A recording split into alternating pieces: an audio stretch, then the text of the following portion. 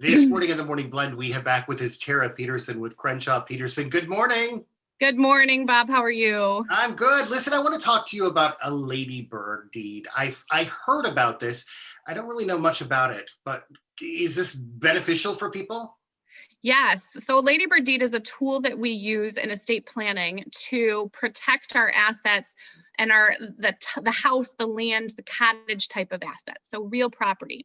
And we can put a beneficiary directly onto the deed, and it helps to protect that property.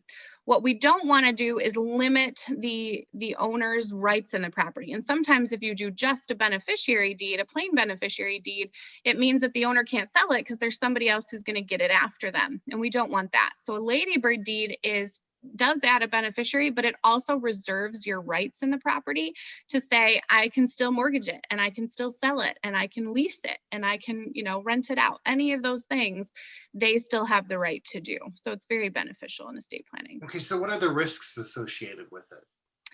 So the risk really with a ladybird deed is who the beneficiary is going to be, because if we put an individual on there and that individual passes away, so a parent picks a child and then the child passes away before the parent, where does it go? We end back up in probate court, and that's where the problem arises. So they tend to work better if we put a trust as the contingent beneficiary, because in a trust document, it specifies where it goes.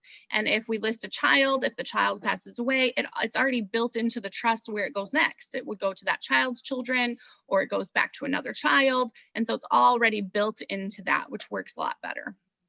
What are some other tools that we have at our disposal when we're talking about estate planning?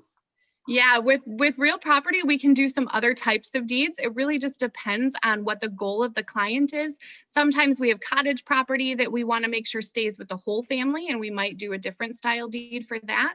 And sometimes we have a bunch of rental properties, and we want to make sure that the rental properties are protected and that they don't, they stay rental properties for the benefit of the children, or, and in that you will usually put it into like an LLC, or that they get sold in the estate and the proceeds go back to all of the beneficiaries. So there's some different tools we can sometimes use for that. Yeah, interesting stuff. And people should plan this early, right? Yes, plan as early as possible. The more planning that you do, the safer you will be.